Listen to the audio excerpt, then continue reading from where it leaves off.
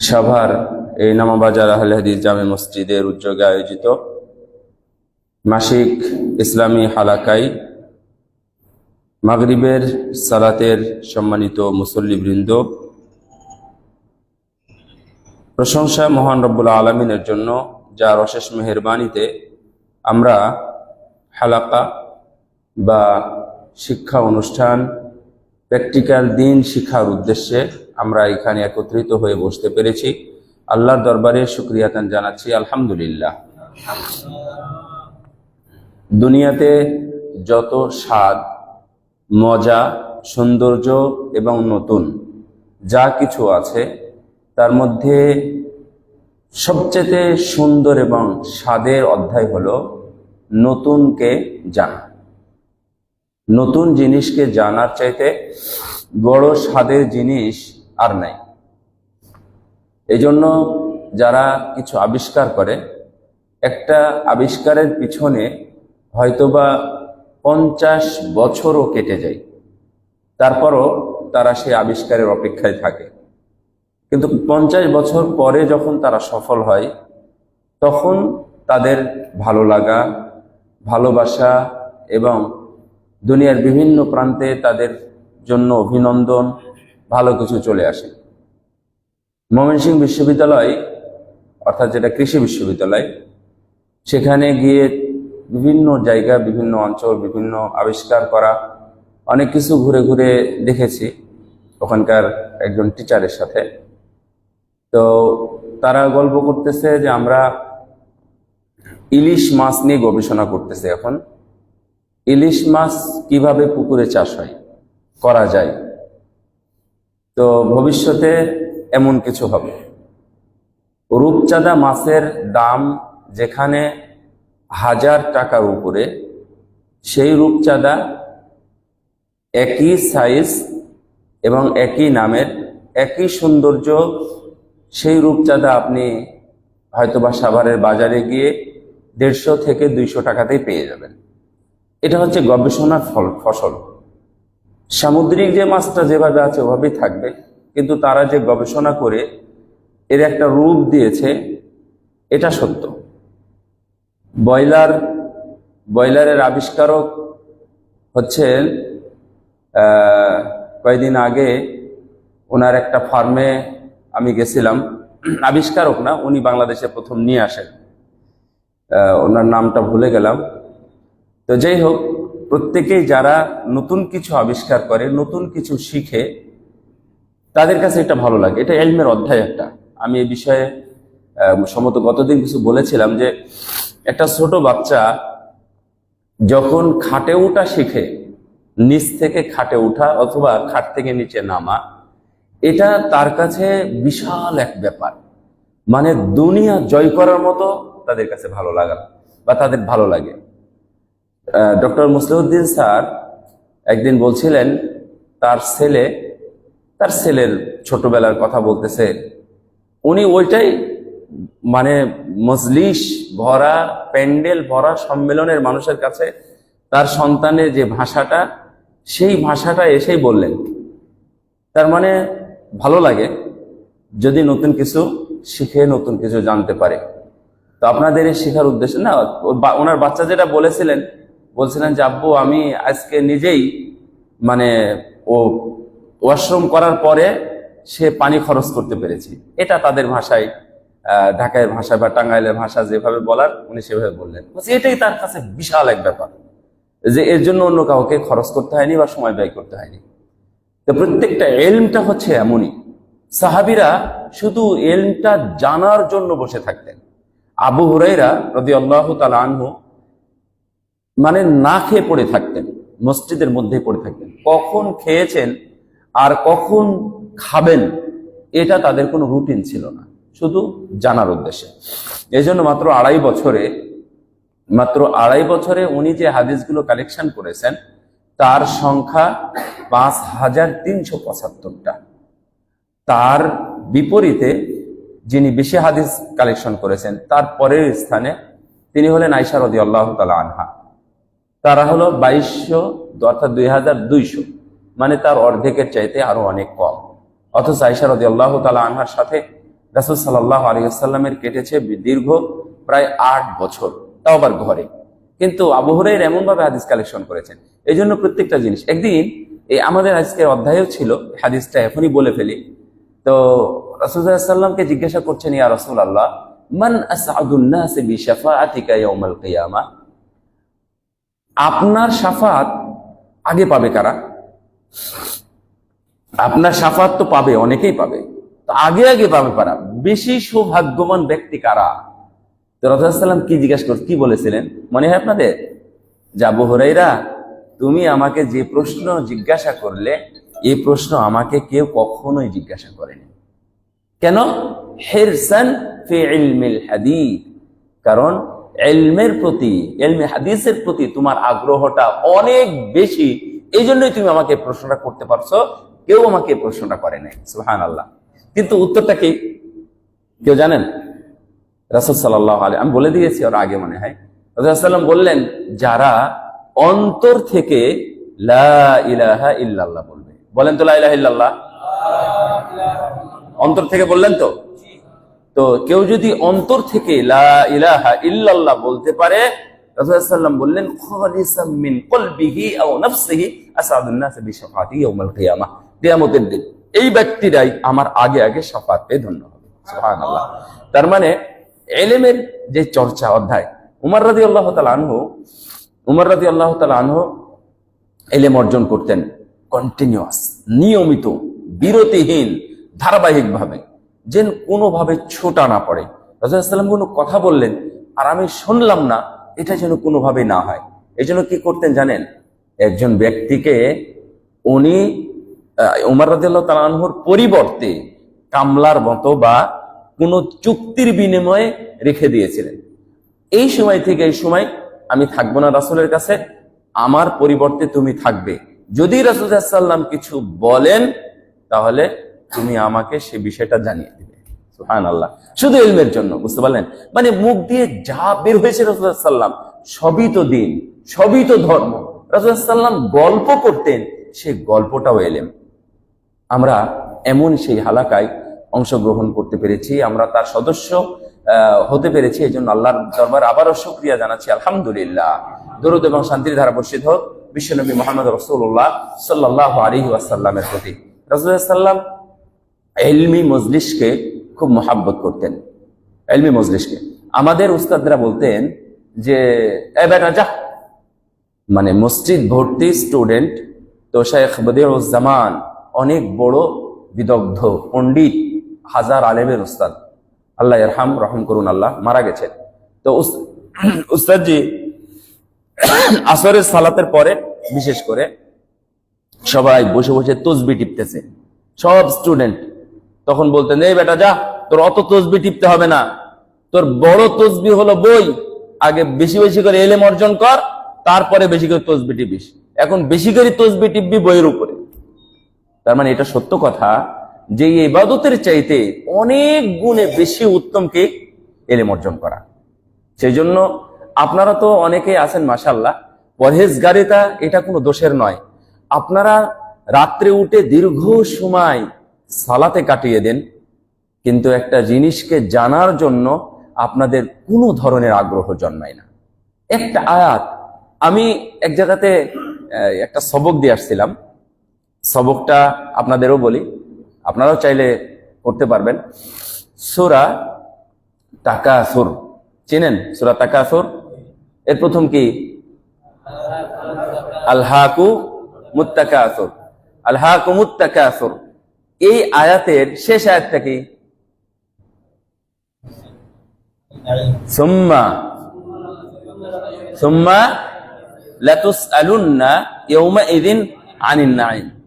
আমি আমার সবক বা আমার দার্স শুরুর আগেই আমি আপনাদের একটা সবক দিয়ে যাচ্ছি। যদি আপনাদের মনে হয় এই আয়াতটার অর্থ, এই আয়াতটার ব্যাখ্যা, এই আয়াতের সাথে সম্পৃক্ত ঘটনা এবং শানে নুজুল আপনারা একটু তাফসীর থেকে পড়বেন। শুধু একটা আয়াত বলেছি, আমি তার বেশি বলি নাই, পুরো সূরাটাও বলি নাই। কিন্তু যদি মনে হয় একটু ভালো মন নিয়ে, সুন্দর নিরিবিলি পরিবেশ নিয়ে, একটা তাফসীর বই নিয়ে, অথবা হাদিসের মধ্যে থেকে, মোবাইলের মধ্যে থেকে তাফসীরটা বের করে আপনি একটু পড়বেন কি লেখা আছে সেখানে। সুম্মা লা তুসআলুন্না ইয়াওমাইযিন আনিন নাঈম, রাসূল সাল্লাল্লাহু আলাইহি ওয়াসাল্লামের বিশাল বড় এক অধ্যায় ওর মধ্যে ঢুকানো হয়েছে। যে রাসূল সাল্লাল্লাহু আলাইহি ওয়াসাল্লাম এর পরেও বলছেন যে চাটাইয়ের বিছানায় ঘুমিয়ে থেকে 3 দিন না খাওয়ার পরে 7 দিন ধরে কোনো কিছু খাইছেন খাইনি এইভাবে দিন কাটানোর পরেও 1 মাস ধরে রাসূলের বাড়িতে চুলা জ্বলে নাই। তার মানে কোনো হাদিয়া অথবা রান্না ছাড়া যে খাবারগুলো খাওয়া যায় নরমালি, এই ধরনের খাবার, বাদাম বা খেজুর বাড়িতে যে খাবারগুলো আছে এগুলো খেয়ে পার করেছেন 1 মাস। এর পরেও রাসূল সাল্লাল্লাহু আলাইহি ওয়াসাল্লাম সাহাবীদেরকে স্মরণ করাচ্ছেন সুম্মা লা তুসআলুন্না ইয়াওমাইযিন আনিন নাঈম, কিয়ামতের দিন তোমরা জিজ্ঞাসিত হবে, তোমরা যে নিয়ামতগুলো পেয়েছো এই নিয়ামত সম্পর্কে তোমাদেরকে জিজ্ঞাসা করা হবে। সুবহানাল্লাহ। সাহাবীদের স্মরণ করাচ্ছেন যে তোমরা এখানে বসে এসির বাতাস খাচ্ছ, তোমরা সুন্দর টাইলস লাগানো মসজিদ সালাত আদায় করতে পারছো, টিপ দিলেই আলো পেয়ে যাচ্ছ, পাক দিলেই তোমরা পানি পেয়ে যাচ্ছ, তোমরা হাঁটলেই অল্প সময় কোথাও চলে যেতে পারতেছো, চাইলেই তোমরা উড়ে কোথাও চলে যেতে পারছো। এগুলো নিয়ামত নাকি নিয়ামত না? আপনি চোখ দিয়ে দেখতে পাচ্ছেন, এটা নিয়ামত না? হাত দিয়ে আমরা হাত নড়াতে পারতেছি, হাত দিয়ে কাজ করতে পারতেছি। কেউ বলে যে তোমার ওগুলো হারিয়েছে, তাতে কি হয়েছে? সময় এবং হাত আছে, তাই বলে না? তার মানে হাত যদি আমার থাকে তাহলে আমার আর কোনো কিছুরই অভাব হতে পারে না। অথচ এগুলো সবই আল্লাহ আমাদেরকে দিয়েছেন। আমরা এর জবাব বা হিসাব দিতে পারবো? প্রতিটা এই জোড়া, এ দেখেন এভাবে ধরেন, এখানে কতগুলো জোড়া আছে, এই জোড়ার প্রতিটা জোড়ার হিসাব নেওয়া হবে। আল্লাহু আকবার। তো এই জোড়ার হিসাব কিভাবে দিবেন এটাও বলা হয়েছে। আজকে আমাদের বিষয় হলো, আমরা গতদিন আলোচনা করেছিলাম তাওহীদের উপরে, বা তাওহীদ, কালেমা তাওহীদের উপরে। কালেমা তাওহীদ কি বলেন? কালেমা তাওহীদটা কি? কালেমা তাওহীদ লা ইলাহা ইল্লাল্লাহ। বলেন তো, লা ইলাহা ইল্লাল্লাহ। কালেমা তাওহীদ এটা লা ইলাহা ইল্লাল্লাহ। তো লা ইলাহা ইল্লাল্লাহ এটা হচ্ছে সংক্ষিপ্ত রূপ। আবার যদি বিস্তারিত রূপ বলি, কালেমা শাহাদাতটা তখন চলে আসে। আশহাদু আল্লা ইলাহা, বলেন আশহাদু আল্লা ইলাহা ইল্লাল্লাহু ওয়া আশহাদু আন্না মুহাম্মাদান আবদুহু ওয়া রাসূলুহু। এই হাদিসের সাথে যে সম্পৃক্ত ঘটনা আছে, এই ঘটনাটাও আমি আপনাদের সামনে ইনশাআল্লাহ বলবো। আল্লাহ যেন আমাদেরকে তৌফিক দান করে। তো আমি লা ইলাহা ইল্লাল্লাহ সম্পর্কে গতদিন বলেছিলাম, তাওহীদ জানার গুরুত্ব, তাওহীদ জানতে হবে কেন, এর উপরে কথা বলেছিলাম। এবং তাওহীদের উপরে যারা দুনিয়াতে আলোচনা করে গেছে তারা সবাই বলেছেন তাওহীদের আলোচনা শোনার বড় বড় মজলিস পাওয়া যায়নি। বড় বড় মজলিস তাওহীদের আলোচনা শোনার জন্য মানুষ পাওয়া যায়নি। কিসসা কাহিনীর মজলিস মানুষ আছে, কোন মাসলা মাসাইলের আলোচনা করলে সেখানে মানুষ আছে। আমি গতদিন 2টা গল্প করেছিলাম, আজকে আরেকটা গল্প করি। শেখ মোহাম্মদ বিন আব্দুল ওয়াহাব রাহিমাহুল্লাহ, মোহাম্মদ বিন আব্দুল ওয়াহাব তাওহীদ শেখাতে গিয়ে, তো ওনাকে ছেলেরা একদিন বলল যে শেখ, আমাদের তাওহীদের উপরে মোটামুটি দার্স তো হয়ে গেছে, আপনি আমাদের কিছু মাসলা মাসাইলের উপরে কথা বলেন। তো উনি বললেন যে আচ্ছা ঠিক আছে, আমি সময় অনুযায়ী মাসলা মাসাইলের উপর আলোচনা করব। এই গল্পটা আমি করে দিই। আগে মনে আছে আপনাদের মুরগি জবাই, তারপরে হচ্ছে মায়ের সাথে বোনের সাথে জেনার বিষয়ে গল্প করছিলাম না? মনে হচ্ছে আপনাদের? ভুলে গেলে তো হবে না। উনি এসে গল্প করলেন যে ভিত্তি প্রস্তর স্থাপন করতে গিয়ে মুরগি জবাই করে রক্ত ঢেলে দিয়েছে ওখানে। তো ছেলেরা শুনে বলছে আস্তাগফিরুল্লাহ, এটা কোন ধরনের কথা হলো। কয়েকদিন পরে এসে গল্প করলেন, আমি সংক্ষেপে আবার বলে দিচ্ছি। কয়েকদিন পরে এসে গল্প করলেন যে আমি দেখলাম এক জায়গাতে অনেক মানুষ হাজির, তো সেখানে গিয়ে শুনলাম কি হয়েছে, ওখানে একটা লোক তার মাহরাম মা বা বোনের সাথে জেনায় লিপ্ত হয়েছে।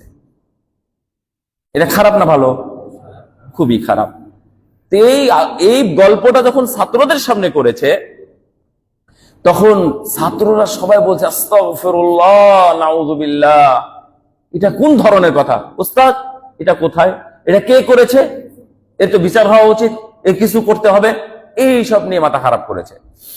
তখন উস্তাদ বলছেন, তোমরা যে মাসলা মাসাইল জানতে চাইলে এবং বললে যে তাওহীদের আলোচনা হয়ে গেছে, এই দুইটা গল্পের মাধ্যমে বুঝলাম তোমাদের তাওহীদ এখনো শিখা হয় নাই। আচ্ছা, আমার কথা কি সবাই শুনতে বা বুঝতে পারতেছেন? আচ্ছা, আগের কথাটা কি বললো? মুরগি জবাই করে দিয়েছে। মুরগি জবাই করলে কি হয়ে যায় মানুষ? মানে ওই আল্লাহর নাম ছাড়া অন্য কারো নামে যদি মুরগি জবাই করে রক্ত কোথাও দিয়ে দেয় তাহলে কি হয়? এটা শিরক হয়। শিরক করলে ঈমান থাকে? আর জেনা করলে কি ঈমান থাকে বা ঈমান নষ্ট হয় না থাকে? ঈমান থাকে। তাহলে বড় অপরাধ কোনটা? ওই মুরগি জবাই করাটা। তো মুরগি জবাই করাটা এটা তাদের কাছে কোনো ব্যাপারই নাই। বুঝতে পারলেন? মুরগি জবাই করাটা এটা তাদের কাছে কোনো ব্যাপার নয়, এটাই তাদের কাছে বড় ব্যাপার হয়ে গেছে। তখন বললেন তোমরা তাওহীদ এখনো শিখো নাই, হাত কিতাবাত তাওহীদ, তোমরা কিতাবের তাওহীদ দিতাম ওটাই পড়াবো। আজকে যে গল্পটা বলতে চেয়েছিলাম তো সেটা হলো, যখন সবাই বললেন যে উস্তাদ জি আমরা তাওহীদ পড়ে পড়ে একটু কেমন ক্লান্তর মতো হয়ে গেছি, আপনি সাবজেক্ট চেঞ্জ করে অন্য কিছু পড়ান। উনি কৌশলে 45 মিনিট আলোচনা করেছেন। মানে আমি 45 মিনিট এই জন্য বলছি, ওখানে লেখা আছে 3 ভাগের একটা সময় আলোচনা করলেন, 3 ভাগের 1 ভাগ। একটা হলো তাওহীদের উপরে আলোচনা করলেন 15 মিনিট, 15 মিনিট আলোচনা করলেন ফিকহের উপরে, আর 15 মিনিট সময় দিলেন প্রশ্ন উত্তরের জন্য। মুহাম্মদ বিন আব্দুল ওয়াহাব, যার কারণে সৌদি আরবের প্রতিটা মানুষ মানে 100% মানুষ শিরক এবং বিদআত বিরোধী। সুবহানাল্লাহ, একজনও আপনি মুশরিক পাবেন না, শিরককারী কোন ব্যক্তি আপনি খুঁজে পাবেন না ওই দেশে। সব ওদের রক্তটাই, ওদের দিমাগটাই গড়ে উঠেছে ওইভাবে। তো মুহাম্মদ বিন আব্দুল ওয়াহাব বললেন যে ঠিক আছে, আধা ঘন্টা আলোচনা করার পরে বললেন পরের 15 মিনিট তোমাদের জন্য, তোমরা প্রশ্ন করো। পরের 15 মিনিট নয়, পরের আধা ঘন্টা ধরে প্রশ্ন উত্তর হয়েছে। এই প্রশ্ন উত্তর পর্বে একজনও আকীদা, তাওহীদ, আল্লাহ সম্পর্কে জানা, রাসূল সম্পর্কে জানা একটা প্রশ্ন কেউ করে নাই। হুজুর ভাঙ্গার কারণ কি? সিয়াম ভঙ্গের কারণ কি? রফুল আইদান কেমন হবে? হাত বাঁধবো কোথায়? কি ওযু ছুটে গেলে কি করতে হবে? সালাতের মধ্যে ওযু ছুটে গেলে কি করতে হবে? এই ধরনের প্রশ্ন করে পুরো প্রশ্নোত্তর পর্ব শেষ। তখন উনি বলছেন তোমরা কি বুঝতে পেরেছো যে তাওহীদ জানো কি না? তখন সবাই বলেন জি উস্তাদ জি আমরা বুঝেছি যে আমরা তাওহীদ জানি না। আমার এই গল্পটা কি বুঝলেন? এই গল্পটা মনে হয় অনেকে বুঝেননি। যাই হোক, উনি তাওহীদের উপর আলোচনা করলেন, একজন ব্যক্তি তাওহীদের প্রশ্ন করে নাই। তার মানে এরা তাওহীদ বুঝেই নাই। এই জন্য উনি শুধু কিতাবুত তাওহীদ পড়িয়েছেন সারা জীবন। উসুলুস সালাসা, উসুলু আরবাআ, কিতাবুত তাওহীদ, আরো যত বই আছে সবগুলো শুধু তাওহীদের উপরে লিখেছেন। আপনারা তো এগুলো পড়লে একে একে যদি পড়ানো শুরু হয় মানুষ বিরক্ত হয়ে যাবে, কিন্তু বিরক্ত নয়। রাসূল সাল্লাল্লাহু আলাইহি ওয়াসাল্লাম 13 বছর শুধু তাওহীদের কথা বলেছেন, 13 বছর। তাতে বিরক্ত হয়নি সাহাবীরা, তাওহীদ বুঝেই ছেড়েছে। এটা হলো তাওহীদ। এই জন্য আমরা শুধুমাত্র লা ইলাহা ইল্লাল্লাহ বলে বসে আছি, নাকি লা ইলাহা ইল্লাল্লাহর যে পূর্ণাঙ্গ 7টি শর্ত আছে এই শর্তগুলো আমরা জেনেছি। এই আজকে 7টি শর্ত জানবো ইনশাআল্লাহ। মনে রাখতে পারবেন না? লা ইলাহা ইল্লাল্লাহর পূর্বের বলা ছোট্ট কয়েকটা কথা বলে নি। লা ইলাহা ইল্লাল্লাহ কি জিনিস এবং কি শর্ত, মানে এর গুরুত্বটা কি? রাসূলুল্লাহ সাল্লাল্লাহু আলাইহি ওয়াসাল্লাম বলছেন মান কানা আখিরু কালামিহি লা ইলাহা ইল্লাল্লাহ দাখালাল জান্নাহ। মৃত্যুর পূর্বের শেষ কথা যদি লা ইলাহা ইল্লাল্লাহ হয়। বলেন আপনারা? এগুলো বলে অভ্যাস করবেন। এর আগে আমি খুতবাতেও বলেছি, আবার বলতেছি। আবার যদি আবার ভবিষ্যতে আসি বলতেই থাকবো, কিন্তু বলা বন্ধ হবে না। আপনারা বিরক্ত হন আর না হন, আমরা কিন্তু বলতে থাকবো। তো শেষ কথা যদি কোনোভাবে লা ইলাহা ইল্লাল্লাহ, রাসূলুল্লাহ সাল্লাল্লাহু আলাইহি ওয়াসাল্লাম বলছেন ওই ব্যক্তি জান্নাতে প্রবেশ করবে। সুবহানাল্লাহ, এটা কি বড় নিয়ামত না?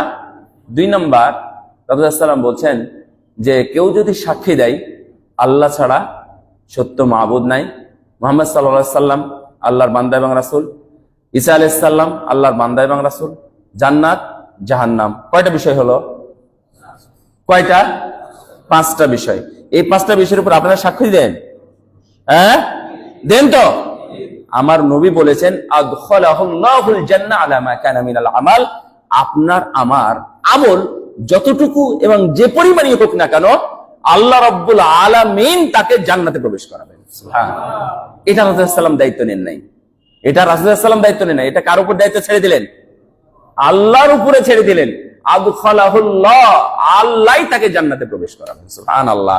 তাহলে লা ইলাহা ইল্লাল্লাহ যে আরো কত ফজিলত আছে, কেউ যদি আপনি যদি মনে মনে করেন সত্যিই আল্লাহ ছাড়া আসলেই কোনো মাবুদ নাই, যেমন কাব বিন মালিক, হেলাল বিন উমাইয়া, মুরারা বিন রবি, তারা মনে করেছিলেন সত্যি আল্লাহ ছাড়া আমাদের কেউ নাই। ওই কি গো আয়াতটা, وعلى الثلاثة الذين خلفوا حتى إذا ضاقت عليهم الأرض بما رحبت وضاقت عليهم أنفسهم وظنوا أن لا ملجأ من الله إلا إليه। তারা মনে করেছিল যে আল্লাহ ছাড়া আমাদের আর কেউ নাই, কোনো অভিভাবক নাই, কোনো আশ্রয় নাই, সুতরাং যা কিছু বলতে হয়, চাইতে হয়, আল্লাহর কাছেই চাইতে হবে, আল্লাহর কাছেই কান্না করতে হবে, আল্লাহর জন্যই সেজদা করতে হবে, একমাত্র আল্লাহ আছে। এইটা যখন জানলো, আল্লাহ তাদের সঙ্গে সঙ্গে দোয়া কবুল করে নিলেন। সুবহানাল্লাহ। তার মানে কেউ যদি এটা জানে আমার আল্লাহ ছাড়া আর কেউ নাই, এটা নিয়ে মারা গেল, সহিহ মুসলিমের হাদিস, রাসূলুল্লাহ সাল্লাল্লাহু আলাইহি ওয়াসাল্লাম বললেন আল্লাহ তার জন্য জাহান্নামের আগুন হারাম করে দিলেন। সুবহানাল্লাহ। তার মানে জান্নাতটা নিশ্চিত হলো। এই যে লা ইলাহা ইল্লাল্লাহ, এই লা ইলাহা ইল্লাল্লাহ কোন হিন্দু বললেও কি হবে? এত মর্যাদাপূর্ণ একটি বিষয়, তার মানে যে কেউ বলল পেয়ে গেল না, এটাই হচ্ছে কথা আমাদের আজকে। তাহলে অবশ্যই কি আছে? শর্ত আছে। এক নম্বর শর্ত হলো আল ইলম। কি ইলম মানে? কি জ্ঞান। ইলম মানে জ্ঞান না, নলেজ। তার মানে লা ইলাহা ইল্লাল্লাহ সম্পর্কে জ্ঞান থাকা। আপনি লা ইলাহা ইল্লাল্লাহ একটা হিন্দুকে দিলেন, অমুসলিমকে দিলেন, ও পড়ে ফেললো, এখানে কি লেখা গো? লা ইলাহা ইল্লাল্লাহ। এটা যদি ও পড়ে একটাও নেকি হবে না? হবে। আর আপনি যদি পড়েন, পোস্টারের শুরুতেই লেখা আছে বিসমিল্লাহির রহমানির রহিম, আছে নাকি নাই? আপনি পড়লে নেকি হবে নাকি হবে না? অবশ্যই হবে। এটা কোরআনের আয়াত, 19টা হরফ আছে। চিন্তা করেছেন আপনি? এই জ্ঞানটা যদি আপনার ভিতরে থাকে, লা ইলাহা ইল্লাল্লাহ আমার বলা আছে, মানে আমার ভিতরে লা ইলাহা ইল্লাল্লাহটা আছে, তাহলে থাকাটাই কত বড় মর্যাদার। কারণ আল্লাহ আপনাকে মর্যাদা দিয়েছেন শুধুমাত্র লা ইলাহা ইল্লাল্লাহ বা বিসমিল্লাহ বলবেন, আলহামদুলিল্লাহ বলবেন, এটার পরিপূর্ণ নেকি আল্লাহ আপনাকে তৎক্ষণাৎ দিয়ে দিবে। এই জ্ঞানটা আপনার থাকতে হবে। কেন? লা ইলাহা ইল্লাল্লাহ এই জ্ঞান আবু জেহেল, আবুল আহাব, উতবা, সাইবা ছিল নাকি ছিল না? বলেন তো, বলেন তো। ছিল, কিন্তু তারা কখনোই বলে নাই। আর বর্তমান যুগে আমাদের আছে, আমরা বলি, কিন্তু লা ইলাহা ইল্লাল্লাহ সম্পর্কে যে শর্ত সেটা আমাদের জানা নাই। তারা জানতো লা ইলাহা ইল্লাল্লাহ বললে তখন মদ খাওয়া যেত। ধরে নেন গতকালকেও মদ খাইছে, আজকে লা ইলাহা ইল্লাল্লাহ বলছে, ও কি আর সুদ খেতে পারবে? ঘুষ খেতে পারবে? গতকাল পর্যন্ত বিক্রম চৌধুরী অথবা মানে পরশ কান্তি রায় বা ইত্যাদি যেগুলো আছে, গণেশ, ওরা ধরনের খাবে। আজকে যদি ও আব্দুল্লাহ, সালমান, সালিম যদি হয়ে যায়, তাহলে ও কি আর হালালের সাথে খেতে পারবে? গতকাল হালাল ছিল, ও খাইছে, কিন্তু আজকে আর খেতে পারবে না। এটা হলো লা ইলাহা ইল্লাল্লাহ। এই জ্ঞানটা আমার মধ্যে থাকতে হবে। এই জন্য 1 নম্বর জ্ঞান হলো, 1 নম্বর শর্ত হলো ইলম। লা ইলাহা ইল্লাল্লাহ সম্পর্কে আমাদের ইলম জানতে হবে, তাহলে আমরা লা ইলাহা ইল্লাল্লাহ সার্থকতা আমরা পাবো। 2 নম্বর আল ইয়াকিন। ইয়াকিন মানে হচ্ছে দৃঢ়ভাবে, ইয়াকিন মানে হচ্ছে স্পষ্টভাবে, ইয়াকিন মানে হচ্ছে একনিষ্ঠভাবে বলতে হবে। যেমন কয়েকটা উদাহরণ হাদিস দিয়ে দিই। আপনারা যেমন এখন তো মাগরিবের সময় আপনারা ইয়া পড়েছেন, সাইয়্যিদুল ইস্তিগফার পড়েছেন নাকি পড়েন নাই? পড়েন আপনারা? পড়েন? আচ্ছা, সাইয়্যিদুল ইস্তিগফার যদি আপনারা পড়েন, তাহলে ফজিলত কি? একজন বলেন। সন্ধ্যায় পড়লে ফজর পর্যন্ত, মরে গেলে জান্নাত। শুধু জান্নাতে নয়, ওখানে হাদিসে আসছে সে জান্নাতের অধিবাসী হয়ে গেছে। একটা শর্ত, মুকিনান বিহি, এর উপর ইয়াকিন থাকতে হবে। আপনি শুধু লা ইলাহা ইল্লাল্লাহ লা ইলাহা ইল্লাল্লাহ জিকির করলেন তসবিহ দানা দিয়ে, মাইক দিয়ে, তাহলে এই লা ইলাহা ইল্লাল্লাহ কি আপনার জন্য জাহান্নামের আগুন হারাম হবে? না, হবে না। কারণ লা ইলাহা ইল্লাল্লাহ শর্ত আপনি বুঝেন নাই। লা ইলাহা ইল্লাল্লাহ কোথাও লেখা আছে, আপনি পড়লেন, খালাস, এটা হয়ে গেল না।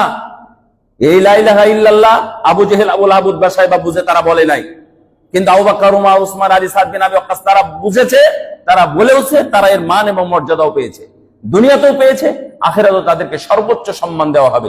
এই লা ইলাহা ইল্লাল্লাহর মর্যাদা এত বেশি। তারপরে ইয়াকিন মানে হচ্ছে আপনি একনিষ্ঠভাবে সেটা গ্রহণ করেছেন, আপনার মধ্যে কোনো কুচক্রি নেই, অথবা তাল বাহানা নেই, অথবা ইস্পার উস্পার এদিক ওদিক নেই। লা ইলাহা ইল্লাল্লাহ যেভাবে এসেছে, যখন যতটুকু যা দিয়ে এসেছে, আমি ওইভাবে ততটুকু ওইভাবে মেনে নিব। এটা হচ্ছে ইয়াকিন। ইয়াকিন থাকতে হবে, ইয়াকিন না থাকলে হবে না। 3 নাম্বার, আমি খুব দ্রুত বলে যাব, আর পরে আর একটা বিষয় বলবো। 3 নাম্বার হচ্ছে আল কবুল। লা ইলাহা ইল্লাল্লাহ বলার সঙ্গে সঙ্গে আপনাকে গ্রহণযোগ্যতার মানসিকতা থাকতে হবে, মেনে নেওয়া। যেমন ধরে নেন, রাসূল সাল্লাল্লাহু আলাইহি ওয়াসাল্লামের যুগে আল্লাহ নবী বললেন ইয়াতে খাইবারের যুদ্ধে বললেন যে এই তোমরা কি রান্না করো? গাধার গোস্ত। তো গাধার গোস্ত হারাম। আচ্ছা, এটা জবাই করার সময় কি হালাল ছিল না? গোস্ত কাটাকাটির সময় হালাল ছিল না? ধরেন আমাদের দেশের মতো যদি হয়, পেঁয়াজ বলেন, মরিচ বলেন, ইত্যাদি আরো যা কিছু আছে সবকিছু দিয়ে যখন রান্নায় চড়ানো হয়েছে, তখনও তো হালাল ছিল। হঠাৎ করে আল্লাহ রাব্বুল আলামিন এটা হারাম করে দিয়েছেন যখন আলাত তান্নুর, যখন সুগন্ধি বের হচ্ছে, গোস্তের সুগন্ধি, ক্ষুধার্ত অবস্থায় রান্না হয় না। রান্না কখন হয়? যখন ক্ষুধা আছে তখন। এই সময় ওই খাবারটা হারাম করে দিলেন।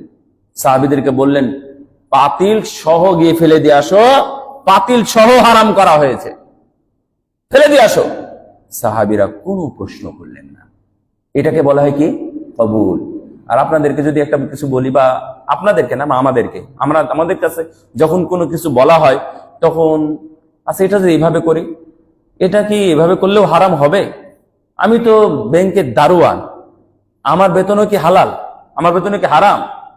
আমি যদি ঝাড়ু দিই, আমি যদি শুধু গেটম্যান থাকি, ইত্যাদি ইত্যাদি, হারাম হারাম যে অধ্যায়কে হারাম করা হয়েছে, ওইটাকে আপনারা প্রশ্ন করলে কি এটা হালাল হয়ে যাবে?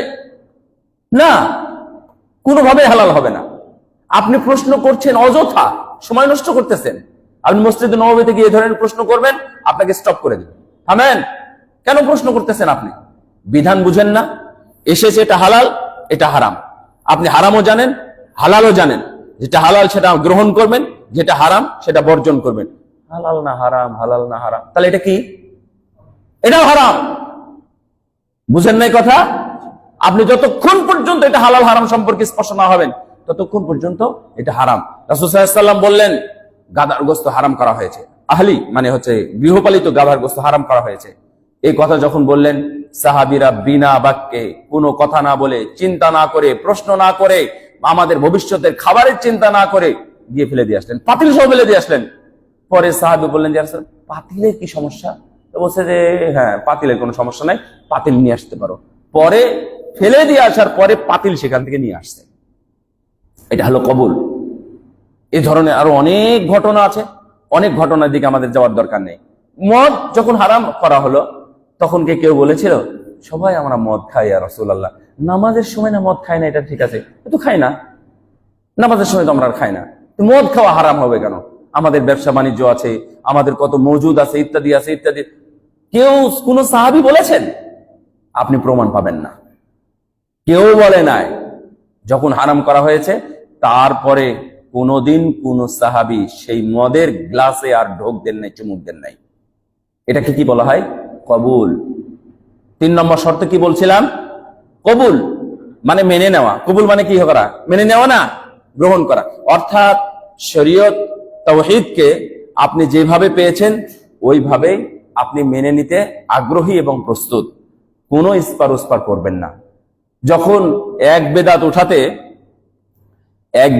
উঠাতে আমাদের এলাকার নাম হচ্ছে হেদাতিপাড়া, এবং এই এলাকা যেটা সংস্কার করেছে হলো ডক্টর মুজাফফর বিন মহসিন। এরপরেও এই মুনাজাত নামক ছোটখাটো একটা বেদাত, আমাদের ভাষায় এই ছোটখাটো বেদাতটা উঠাতে প্রায় 25 বছর লেগেছে।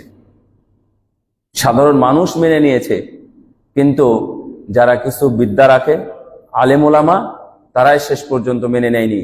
ওই শেষ পর্যন্ত কোথায় গিয়ে, ঈদগাহের ময়দানে গিয়ে ইমামতি করার পরে আবার মুনাজাত করত। মুসল্লি থাকুক চাই না থাকুক, কোনোদিন গুনাহ গেছে অন্তত 4-5 হাজার মুসল্লির মধ্যে লাস্ট গুনাহ হয়েছে সম্ভবত 12 জন মুসল্লিকে নিয়ে মুনাজাত করতেছে। তার মানে এই যে মেনে নেওয়া না নেওয়া, সাহাবীদের কোনো ইতিহাস পাবেন আপনি? যাই হোক, কবুল নিয়ে আমার এত কথা বলার দরকার নেই। আপনারা যেহেতু গ্রহণ করার মানসিকতা অর্জন করেছেন এবং আপনাদের ভিতরে আছে মানসিকতা, ইনশাআল্লাহ যে কোনো সময় যে কোনো বিধান, সহিহ সুন্নাহ বিধান, আকীদা ভিত্তিক কোনো বিধান যদি আমাদের কাছে নেমে আসে, ইনশাআল্লাহ আমরা গ্রহণ করব। এটাই হচ্ছে লা ইলাহা ইল্লাল্লাহর দাবি। না হলে লা ইলাহা ইল্লাল্লাহ বলে তেমন কোনো কাজ নেই। শুধু লা ইলাহা ইল্লাল্লাহ বলবেন আর জিকির করে জান্নাতে চলে যাবেন, এটা অত সোজা নয়। আম হাসিবতুম আন তাদখুলুল জান্নাহ ওয়া লাম্মা ইয়াতিকুম মাসালুল লাযীনা খালাউ মিন ক্বাবলিকুম ওয়া মাসসাতুহুমুল বা'সা ওয়াদ দাররা ওয়া যুলজিলু হাত্তা ইয়াকুলার রাসূলু ওয়াল লাযীনা আমানু মা'আহু মাতা নাসরুল্লাহ। কত মুসিবত এসেছিল, ওই ধরনের মুসিবত তোমাদের উপর আসেই নাই এখনো, আর তোমরা শুধু লা ইলাহা ইল্লাল্লাহ বলে জান্নাতে যেতে চাও? না, এত সোজা নয়। এর যে শর্তগুলো আছে, এরপর লা ইলাহা ইল্লাল্লাহ বলে আপনি এখনই মারা যান, আপনার জন্য কোনো কথা নেই। ফ্রান্সে আমাদের এক উস্তাদ ডক্টর আতিয়া হাসান আতি, তো উনি আমাদেরকে সরাসরি গল্প করলেন, আমাদেরকে বললেন মদিনা বিশ্ববিদ্যালয়ে উনি গিয়ে সেটা দেখে আসছেন যে এক ভদ্র মহিলা ইসলাম গ্রহণ করেছে মাগরিবের সালাতের পরে। করার পরে মাগরিব পড়েছে, এশা পড়েছে, তারপরে বাড়িতে গেছে ইসলামিক সেন্টার থেকে। বাড়ি যাওয়ার পরে অসুস্থ হয়েছে, ডাক্তারের কাছে আসছে, বৃদ্ধা মহিলা, একটা লম্বা ঘটনা আমি আমার বইয়ের মধ্যে উল্লেখ করেছি। তো পরে ফজরের আগে অসুস্থ এবং মারা গেছেন। ডাক্তারকে সে বলেছিল যে আমি মুসলিম, জিজ্ঞাসা করছে এমনি হয়তোবা, বলছে আমি মুসলিম। সে মুসলিম না মুসলিম এটা তো তার কাগজ দেখার দরকার নাই, তো বলেছে আমি মুসলিম। ফ্রান্সে শেষ পর্যন্ত লাশ নিতে আসছে মুসলিম ইহুদি দুইজনই। পরবর্তী ডাক্তার বলছে না উনি তো মুসলিম, আপনারা কি করবেন? বলছে না উনি আমার পরিবার, আমার বাবা, আমার মা, আমার ইত্যাদি। পরবর্তীতে এই লাশ নিতে বাংলাদেশি টাকায় 6 লক্ষ টাকা নিয়েছে। 25,000 ফ্রাঙ্ক সেই সময় 6 লক্ষ টাকা হয়। 6 লক্ষ টাকা নিয়েছে ইহুদি দালালেরা বা ইহুদিরা। এই 6 লক্ষ টাকা দিয়ে লাশ কিনে নিয়েছে মুসলমান। কিনে নেওয়ার পরে শুধুই দাফন করেছে। লাশের কোনো কাজ আছে? আমাদের লাশের কোনো রাজনীতিও নেই, লাশের কোনো মিছিলও নাই। লাশ নিয়ে শুধু দাফন করেছে, কিন্তু 6 লক্ষ টাকা নিয়েছে ওর পরিবার বা ইহুদিরা, মানে ওদের তাদের কি যেন আছে, ওদের যে ইহুদি ধর্মযাজক যারা আছে। এরপরে দাফন করার পরে আলহামদুলিল্লাহ ওই পরিবারের 5 জন ছিল, পরবর্তীতে 5 জনই ইসলাম গ্রহণ করেছে। কেন জানেন? এটা দেখে কত আদর, কত যত্ন, কত সতর্কতার সাথে একটা লাশকে গোসল দেওয়ানো, সুন্দর সাদা কাপড়ে জড়ানো, মোড়ানো, লাইন ধরে সারিবদ্ধভাবে তার জানাজা করা, তারপরে কবরে বিসমিল্লাহ আলা মিল্লাতে রাসূলিল্লাহ এটা বলে রাখা, এগুলো দেখে তারা বিমোহিত হয়েছে। হওয়ার পরে তারা পরবর্তী 5-7 দিনের মধ্যে তারা প্রায়, ওদের 5 জন ছিল, 5 জন ইসলাম গ্রহণ করছে, একজন ইহুদি ধর্মযাজক সহ। আলহামদুলিল্লাহ। তো ইসলাম মানুষকে সুন্দর করে দেয় যদি আপনি গ্রহণ করেন, যদি গ্রহণ না করেন তাহলে ইসলাম আপনার কাছে অসুন্দরই থাকবে। এই জন্যই আল কবুল 3 নম্বর পয়েন্টটা খুবই গুরুত্বপূর্ণ। 4 নম্বর, আমি 7টা বলতে চেয়েছি তো খুব দ্রুত বলে ফেলি। আল ইনকিয়াদ, আনুগত্য। আনুগত্যটা এরকম কবুল, কিন্তু মেনে নেওয়াইটা কি শুধু শর্ত, নাকি আনুগত্যও করতে হবে? আপনি মেনে নিলেন, হ্যাঁ সালাত আদায় করতে হবে, সালাত আদায় করবেন না? আপনি মসজিদে ডান পা ঢুকতে হয়, তো আপনি ডান পা দিয়ে ঢুকবেন না? এই ধরনের যত আনুগত্য আছে, আপনি এখন পর্যন্ত ইসলাম গ্রহণ করেছেন, আপনাকে দেখে আমি লজ্জা পাই। এখনো আপনার সাথে আমি যদি খেতে বসি, তাহলে দেখে যে আপনি বাম হাত দিয়ে পানি খাচ্ছেন, বাম হাত দিয়ে চা খাচ্ছেন, বাম হাত দিয়ে আপনি ঢক ঢক করে গিলে গিলে কি ওই যে কি দাওয়াত খেতে গেলে কি দেয়, বুরহানি, এই বুরহানিটা ওরা বাম হাত দিয়ে গেলাস, বাম হাত দিয়ে ধরে, হাত দিয়ে গেলাস দিয়ে খাই, বাম হাতেই খাই। আপনার মধ্যে আনুগত্য নাই। তাহলে আপনার মধ্যে লা ইলাহা ইল্লাল্লাহ আছে, তার মানে পূর্ণতা নাই। আপনি ইসলাম গ্রহণ করেছেন, কিন্তু ইসলামটা আপনার মধ্যে এখনো পূর্ণতা পায় নাই। শুনেন, ইবনু উমার রাদিয়াল্লাহু আনহুকে বলা হয় আমিলু সুন্নতি রাসূলিল্লাহ, এটা আরবি, তার মানে রাসূলের সুন্নাতের সবচেয়ে সুন্দর আমলদার ব্যক্তি হলেন কে? ইবনু উমার রাদিয়াল্লাহু তাআলা আনহুকে বলেন। একদিন রাসূল সাল্লাল্লাহু আলাইহি ওয়াসাল্লাম বলছেন যে বসো। ইবনু উমার রাদিয়াল্লাহু তাআলা আনহু দরজার ওই পাশে আছেন, এই পাশে এক পা দিয়েছেন, ওখানেই বসে গেছেন। সুবহানাল্লাহ, বুঝেন নাই কথা? আনুগত্য এটা। হ্যাঁ, একদিন রাস্তায় যেতে যেতে বসে গেলেন, তো নাফে ছিলেন, মানে ওনার সাথী মানুষ। তো নাফে, উনি তাবি, নাফে বলতেছেন কি ব্যাপার উস্তাদ, আপনি ওখানে বসলেন কেন?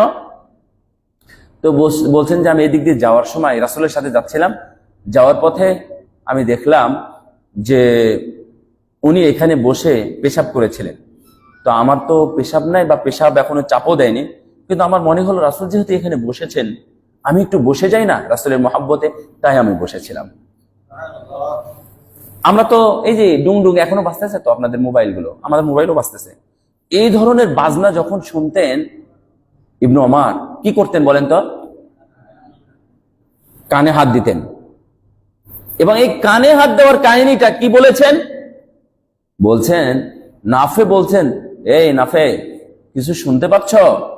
তো নাফে বলছেন না, আমি আর কিছু শুনতে পাই না।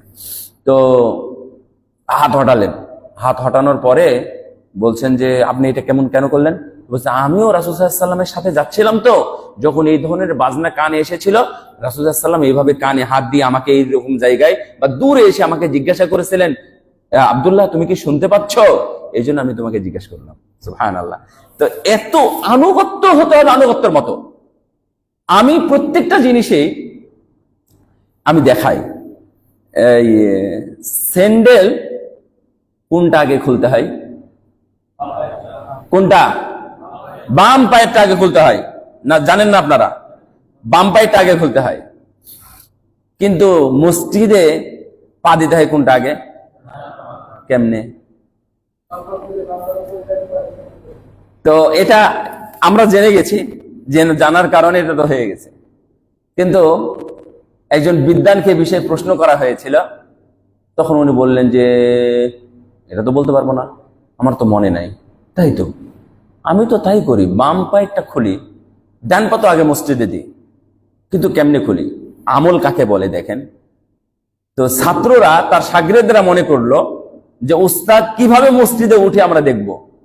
উনি বাম পায়ের জুতা খুললেন, খুলে তারপর রাখলেন, রাখার পরে বাম পায়েরটা খুলে ডান পায়েরটা খুলে তারপরে ডান পা আগে মসজিদে দিলেন। আনুগত্য, বুঝেননি কথা? তো আপনি যেই দিন আপনি লা ইলাহা ইল্লাল্লাহ বলেছেন, তার মধ্যে আপনার মধ্যে পূর্ণ আনুগত্য চলে আসতে হবে। যে কোন একটা সেক্টর দেখেন, যে কোনো সেক্টর। রাসূল সাল্লাল্লাহু আলাইহি ওয়াসাল্লামের কাছে আয়াত নাজিল হলো, এই আয়াত নাজিল হলেই আয়েশাকে ধরে বসলেন, ইয়া আইয়ুহান নবী কুল লিআজওয়াজিকা ইন কুনতুন্না তুরিদনাল হায়াতাদ দুনিয়া ওয়া যিনাতাহা ফাতাআলাইনা উমাত্তিউকুন্না ওয়া উসাররিহুকুন্না সারাহান জামিলা ওয়া ইন কুনতুন্না তুরিদনাল্লাহা ওয়া রাসূলাহু ওয়াদ দারাল আখিরা ফা ইন্নাল্লাহা আ'আদ্দা লিল মুহসিনাতি মিনকুন্না আজরান আযীমা। যখন আয়াতটা নাজিল হলো, যে আয়াতটা হলো এরকম যে হে নবী, আপনি আপনার স্ত্রীকে ডাকেন, ডেকে জিজ্ঞাসা করেন ওরা দুনিয়ার সম্পদ চাই না আখিরাত চাই। যদি দুনিয়ার সম্পদ চাই, তাহলে আপনি ওদের দুনিয়ার ধন সম্পদ, গাড়ি বাড়ি, টাকা পয়সা, খাদ্য খানা যা আছে সব দিয়ে দেন, বিদায় করে দেন। আর যদি আখিরাত চাই, তাহলে নো, নাথিং, কিছুই নাই তোমাদের জন্য। তোমাদের জন্য যা কিছু দরকার পূর্ণ প্রতিদান আছে কার কাছে? আল্লাহর কাছে আছে। ইবনে এটা বলেন। তো রাসূল সাল্লাল্লাহু আলাইহি ওয়াসাল্লাম আয়াতের অনুসরণ করে আয়েশাকে আগে ডাকলেন। আয়েশা, তোমাকে জবাব দেওয়ার দরকার নেই এখনই। তোমাকে আমি জিজ্ঞাসা করব, তুমি ভেবে চিন্তে জবাব দিও। তুমি কি আমাকে চাও, আল্লাহ এবং রাসূলকে চাও, জান্নাত চাও, আখিরাত চাও, নাকি দুনিয়াতে তুমি টাকা পয়সা, এই বাড়ি, ধন দৌলত ইত্যাদি এগুলো কিছু চাও? তুমি আব্বার কাছে যাও, তোমার বাপ মায়ের কাছে যাও, গিয়ে পরামর্শ করে এসে আমাকে জবাব দিও। কেমন কথা বলেন তো? আয়াত নাজিল হয়েছে, এই আয়াত অনুযায়ী আয়েশা দিয়ে আগে শুরু করলেন। তখন আয়েশা রাদিয়াল্লাহু আনহা কেঁদে ফেললেন, বলেন, ইয়া রাসূলুল্লাহ, কি বলেন আপনি? আমি কি আমার মা বাবার সাথে এটা পরামর্শ করতে যাব যে আমি আপনাকে চাই নাকি দুনিয়া চাই, আল্লাহকে চাই নাকি দুনিয়া চাই? এটার জন্য মা বাবার সাথে পরামর্শ করতে যাব? আপনি ভাবলেন কি? আর আমার মা বাবা কখনো কি পরামর্শ দিবে? আমার কোনো পরামর্শ ছাড়াই সরাসরি ডাইরেক্ট জবাব, আমি আল্লাহকে এবং আল্লাহর রাসূলকেই চাই, আমি দুনিয়ার এই টাকা পয়সা কিছু চাই না। সুবহানাল্লাহ। বাকি নয় জন স্ত্রী একে একে তারা সবাই একই জবাব দিল। আনুগত্য, আয়াত নাজিল হয়েছে, সঙ্গে সঙ্গে উনি প্রশ্ন করা শুরু করে দিলেন স্ত্রীদের। তো আনুগত্য যদি এইভাবে করা হয়, আর আনুগত্য সাহাবীরা কেমন ভাবে করেছিলেন বিধায় এখন পর্যন্ত ইসলাম এই পর্যন্ত টিকে আছে। তারা যদি আনুগত্যটা না দেখাতো, আপনি দেখেন ওই যে কি গো এটা, পারস্যের রাষ্ট্রদূত যখন এসেছিল রাসূলুল্লাহ সাল্লাল্লাহু আলাইহি ওয়াসাল্লামের কাছে, গিয়ে কি বলল? এই অধ্যায়টা বাদ দেন, গিয়ে কতদিন ছিল, কি দেখলো না দেখলো এটা বাদ দেন। গিয়ে বলেছিল, আমি যা দেখে আসলাম তা অচিরেই আপনার পায়ের নিচের মাটিটাও সে কয়েকদিনের মধ্যে দখল করে নেবে। তুমি কি দেখে আসলে এমন দূত? তখন বলল যে আমি যে আনুগত্য দেখেছি, রাসূল ও তাদের নবী যখন অজু করে, অজুর পানি নিয়ে তারা বলার আগে হাজির হয়। যখন তিনি অজু করেন, অজুর পানিটা একটা ফোঁটাও পানিতে পড়তে দেয় না। অজুর পুরো পানিটাই সাহাবীরা এইভাবে নিয়ে ভাগাভাগি করে গায়ের সাথে মিশিয়ে নেয়। কেউ যদি না পায় পানি, তাহলে যে নিয়ে তার গা ভিজিয়েছে তার গায়ের সাথে এভাবে মুছে নিয়ে তার শরীরের সাথে মুছে। রাসূলুল্লাহ সাল্লাল্লাহু আলাইহি ওয়াসাল্লাম এমনকি যদি কোনো থুতু ফেলে দেন, তাহলে সেই থুতুটাও সাহাবীরা ধরে সেটা গায়ের সাথে মিশে নিতেন। কোনো ঘাম যদি হতো, তাহলে ঘাম মুছে নিয়ে বোতলের মধ্যে ভরে রেখে দিতেন। সহিহ বুখারীর হাদিসে না, ঘাম ধরে। এই ধরনের আনুগত্য আমি দেখে এসেছি। এই আনুগত্য যদি চলতে থাকে, তাহলে অচিরেই বিশ্ব জয় করবে। আপনারা হিটলারের কাহিনী মনে শুনেছেন না এ বিষয়ে? যাই হোক, এটা আপনাদের জানে, যেহেতু এটা দুনিয়াবী বিষয়টা আমার বলার দরকার নাই। হিটলারকে দেখেও তার বন্ধু বলেছিল যে তুমি একদিন বিশ্ব জয় করবে। অর্থাৎ আনুগত্য, শৃঙ্খলা তাদের এতই বেশি ছিল, এইটা দেখে তার বন্ধু মন্তব্য করতে বাধ্য হয়েছিল। ও যেটা বলেছিল সেটা হয়েও ছিল। যাই হোক, আনুগত্যটা যদি আপনি পূর্ণ মর্যাদায় দেখাতে পারেন, তাহলে আপনি আল্লাহর কাছে সেই দিন আপনি দাঁড়াতে পারবেন মাথা উঁচু করে। আর যদি আপনার আনুগত্যে ভাটা পড়ে, আনুগত্যে যদি আপনার কমতি হয়, আনুগত্য যদি আপনি ঠিকঠাক না করেন, আপনি সালাতের আনুগত্য, ওযুতে আনুগত্য, তারপরে হচ্ছে সিয়ামি আনুগত্য, জাকাতে আনুগত্য, তারপরে সব জায়গাতে সব বিধি বিধানে যা যেভাবে শুনেছেন তা ওইভাবে। আপনি যদি হজের মধ্যে যান, হজের মধ্যে গেলে কত যে শুনতে পাবেন, বলবেন যে আচ্ছা ভাই, যদি রাতে আসে, আস্তে রাতে 1টা-2টা বেজে যায়, ধরুন আসতেই পারলাম না, ফজর হয়ে গেল, আমাদের কি দম দিতে হবে? আপনি তো এই ইবাদতটাই 3 দিনের ইবাদত করার জন্যই তো গেছেন, এটা তাই না? আপনি 10, 11, 12 এই 3 দিন আপনি মিনাতে থাকার জন্যই তো হজ করতে গেছেন। যেদিন 8 তারিখ, হাজী সাহেবের তো অনেকেই আছে, যেদিন 8 তারিখ সেদিন গিয়ে ভাই কোনো জায়গা পাওয়া যায় না। আর 10 তারিখ, 11 তারিখ, 12 তারিখ সেই দিন 2-3টা বেড নিয়ে শুয়ে থাকলেও তাও জায়গা ভরে না। তার মানে সুন্নাত যেই দিন সেই 100% উপস্থিত, আর যেই দিন ওয়াজিব সেই দিন মানুষের অসুবিধায় পড়ে যায়, অসুবিধা হয়, কেউ অসুস্থ হয়, এই হয় সেই হয় ইত্যাদি, সব বিভিন্ন অজুহাত দিয়ে এসে হোটেলে বসে থাকে। হজ্জের মধ্যে আনুগত্য কোথায়? পরিপূর্ণ আনুগত্য যদি না থাকে, তাহলে আপনি ইসলাম দিয়ে কোনদিন বিজয় লাভ করতে পারবেন না। যদি সেনাবাহিনীর মধ্যে আনুগত্য না থাকে, তাহলে একটা দেশের সেনাবাহিনী টিকবে? নষ্ট হয়ে যাবে, 1 মাসের মধ্যে নষ্ট হয়ে যাবে চেন অফ কমান্ড, যেটা আনুগত্য। এই জন্য ইনকিয়াদ খুবই দরকার। লা ইলাহা ইল্লাল্লাহ এটা হলো 4র্থ শর্ত। তারপরে 5 নম্বর as-sidq, এটা খুব সুন্দর। আহাসিবান নাস ওয়া ইউতরাকু ওয়া ইয়াকুলু আমান্না ওয়া হুম লা ইফতানুন ওয়া লাকাদ ফাতান্না আল্লাযীনা মিন ক্বাবলিহিম ফালা ইয়ালামান্না আল্লাহু আল্লাযীনা সাদাকু ওয়া লা ইয়ালামান্নাল কাযিবিন। আপনি সত্যি সত্যি কি লা ইলাহা ইল্লাল্লাহ বলেছেন, নাকি এমনি বাপ বলেছে, দাদা বলেছে, আমিও লা ইলাহা ইল্লাল্লাহ বলে রাখছি? যদি এমন হয়, এই লা ইলাহা ইল্লাল্লাহ দিয়ে কোনো দাম আছে? কোনো দাম নাই। এই জন্যই সাবধান, সত্য সত্য লা ইলাহা ইল্লাল্লাহ বলতে হবে। আমি এখানে ছোট্ট একটা অংশ বলি, এখানে যারা অনেকে আছেন আপনারা মাইন্ড করবেন না। যেমন ইসলাম দিয়ে ব্যবসা করে, ইসলাম দিয়ে ব্যবসা করে, যেমন ধরে নেন ইহরামের কাপড়, পাঞ্জাবি, টুপি, সালাতের বইয়ের ব্যবসা হয় নাকি হয় না? এমনকি কোরআন ছাপিও ব্যবসা করে। তুমি যদি ইসলামকে না মানো, তুমি যদি ইসলামকে পূর্ণ মর্যাদা না দাও, পরিপূর্ণ আনুগত্য যদি তোমার মধ্যে না থাকে, এই সিরিয়াল যে সম্মানগুলো আছে, লা ইলাহা ইল্লাল্লাহর শর্তগুলো আছে, এটা যদি তুমি গ্রহণ না করো, তাহলে তোমার দ্বারাতে শুধু ব্যবসার উদ্দেশ্যে ইসলাম দিয়ে ব্যবসা তুমি করবা কেন? তোমার দ্বারাতে কোনো দরকার নেই। হ্যাঁ ভাই আসেন, মসজিদের জন্য আমরা টাইলসে খুব ছাড় দিই, মসজিদ না, মসজিদের জন্য আমাদের কাছে আমরা তেমন কোনো লাভ করি না। লাভ যেটা করে সেটাই করবে, কিন্তু কথা বিক্রি করে খাবে, ইসলাম দিয়ে বিক্রি করে খাবে। ও সালাত আদায় করে না, জায়নামাজ বিক্রি করে। ও সালাত আদায় করে না, ও পাঞ্জাবি বিক্রি করবে। এই যে ইসলাম দিয়ে ব্যবসা করা, ব্যবসাটা ঠিক রেখেছে আর ইসলামটাকে ঠকাচ্ছে। বুঝেন নাই কথা এখনো? তার মানে লা ইলাহা ইল্লাল্লাহ প্রকৃতভাবে সত্য সত্য সে গ্রহণ করে না। অনেকে এসে বলতেছে, আমার ছোট কালের কথা মনে আছে, তো ওটা 2001-2 সালের কথা হবে। আমরা দুইজন কাপড় কিনতে গেছি রাজশাহী শহরে, সাহেব বাজার যেটা বলে। তো আমু বলতেছে নেওয়া যাবে না, গেছিলাম তো এই জন্য আমি ওরকম ব্যবসা করি না। আমাদের কাছে খুব মানে মানে বিষয়টা প্রভাব ফেললো, মানে আসার হলো আর কি। মানে ও পশ্চিমে গেছিল, মানে হজে গেছিল, তার মানে ও তো মিথ্যা কথা বলবে না। আমরা এসে সেই দিনই প্রমাণ পেলাম যে আমাদের কাছে গজ প্রতি প্রায় 10 টাকা বেশি রাখছে।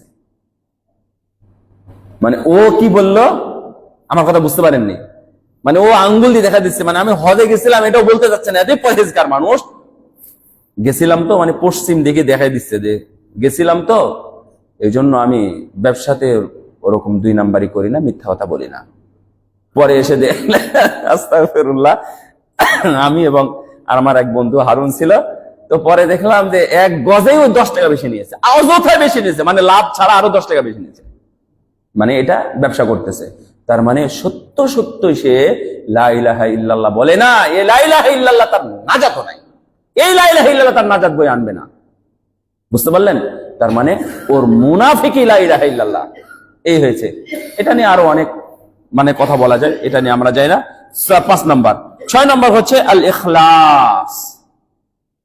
ইখলাসটা আপনারা জানেন, ইখলাসটা গুরুত্বপূর্ণ একটি অধ্যায়, এর উপরে একটা খুতবা হয়। তো আল্লাহ বলেছেন মুখলিসিনা লাহুদ্দিন, হুনাফা, একনিষ্ঠভাবে গ্রহণ করা। এখানেই আমি হাদিসটা বলতাম যে রাসূল সাল্লাল্লাহু আলাইহি ওয়াসাল্লাম বলছেন যে কেউ যদি মান ক্বালা লা ইলাহা ইল্লাল্লাহ খালিসাম মিন কলবিহি আও নাফসিহি, কেউ যদি অন্তর থেকে একনিষ্ঠভাবে লা ইলাহা ইল্লাল্লাহ বলে তাহলে সে জান্নাতে যাবে। সুবহানাল্লাহ। তার মানে লা ইলাহা ইল্লাল্লাহ এবং ইখলাসের সাথে লা ইলাহা ইল্লাল্লাহ এটা হলো 2টা জিনিস। আমি মনে বুঝাতে পারিনি, আবার বলি। খালিসাম মিন কলবিহি, খালিসাম মিন কলবিহি, ইখলাস। আপনারা আজানের জবাব দেন না? জবাব দেন তো। তো আজানের জবাবে ফজিলত কি কেউ বলতে পারেন? একজন বলেন দেখি, মুখতার ভাই, আজানের জবাব দিলে তার ফজিলত কি কেউ জানেন? আপনাদের মনে থাকে না, কারণ আপনাদের তো ওয়াজ করেন না, আমরা না। কিন্তু আপনারা যখন একটা আমল করবেন, যখন একটা আমল করবেন, সেই আমলের মধ্যে যদি ফজিলতটা জানা থাকে, এর ভক্তি বেশি আসে না? ভালো লাগে না? যখন সুবহানাল্লাহ সুবহানাল্লাহ সুবহানাল্লাহ 100 বার বলতেছেন, আপনি জেনেছেন যে আমার যদি সমুদ্রের ফেনা পরিমাণ, সমুদ্রের ঢেউর মতো যদি গুনাহ থাকে, আল্লাহ তাও মাফ করে দিবে। সুবহানাল্লাহ। যদি আমি একবার সুবহানাল্লাহ বলি, আল্লাহ যদি গ্রহণ করেন, আল্লাহ গ্রহণ করবেন ইনশাআল্লাহ, তাহলে আসমান জমিনের মাঝের যে বিশাল ফাঁকা জায়গা আল্লাহ আমার জন্য নেকি দ্বারা পরিপূর্ণ করে দিবেন। যদি আলহামদুলিল্লাহ বলি, কিয়ামতের ময়দানে মিজানের পাল্লায় যদি নেকি কম হয়, মিজানের পাল্লায় যদি নেকি কম হয়, তাহলে এই আলহামদুলিল্লাহর বিনিময়ে আল্লাহ রাব্বুল আলামিন আমার নেকি দ্বারা মিজানের পাল্লা পরিপূর্ণ করে দিবেন। আজানের জবাব দিবেন, এর ফজিলতটা জানলে কি গুনাহ হবে? ভালো লাগবে? ভালো লাগবে, তাই না? রাসূলুল্লাহ সাল্লাল্লাহু আলাইহি ওয়াসাল্লাম বলছেন, কেউ যদি শুধু বলবে, মুয়াজ্জিনের কষ্ট বেশি না আপনাদের কষ্ট বেশি? মুয়াজ্জিনের কষ্ট বেশি। মুয়াজ্জিন আপনাকে পড়াচ্ছে, ও বলতেছে আল্লাহু আকবার আল্লাহু আকবার, আপনি কি বলবেন? আল্লাহু আকবার আল্লাহু আকবার। এগুলো শেষ পর্যন্ত মান ক্বালা আল্লাহু আকবার আল্লাহু আকবার ইলা লা ইলাহা ইল্লাল্লাহ, মুয়াজ্জিন যখন শেষ কথা বলবে লা ইলাহা ইল্লাল্লাহ, এটা যদি শুধু ওর সাথে সাথে বলে, রাসূলুল্লাহ সাল্লাল্লাহু আলাইহি ওয়াসাল্লাম বললেন দাখালাল জান্নাহ, তাহলে সে জান্নাতে প্রবেশ করবে। সুবহানাল্লাহ। এখানে একটা কথা আছে, এই কথাটা বলার জন্য ইখলাসটা নিয়ে আসছি। এই ইখলাসের কথা এখানে আছে। রাসূল সাল্লাল্লাহু আলাইহি ওয়াসাল্লাম বলছেন, কেউ যদি অন্তর থেকে লা ইলাহা, অন্তর থেকে এই জবাবটা দেয়, আযানের জবাবটা দেয়, তাহলে তার জন্য কি হবে? জান্নাতে প্রবেশ করা হবে, অর্থাৎ সে জান্নাতে প্রবেশ করতে পারবে। তাহলে এখানে ইখলাস থাকতে হবে, এমনি এমনিতে হবে না ভাই, এমনি এমনিতে হবে না। তারপরে আপনারা আয়াতুল কুরসি পড়েন, পড়েন না? আয়াতুল কুরসি পড়েন, আয়াতুল কুরসি পড়েন, শুধু পড়লেই হবে না, যদি অন্তর থেকে আল্লাহু লা ইলাহা ইল্লা হুয়াল হাইয়ুল কাইয়ুম লা তাখুযুহু, এইভাবে আপনি পড়েন প্রতিটা সালাতে, ফরজ সালাতের পরে, রাসূল সাল্লাল্লাহু আলাইহি ওয়াসাল্লাম বলছেন যে ও মরার সঙ্গে সঙ্গে জান্নাতে চলে যাবে।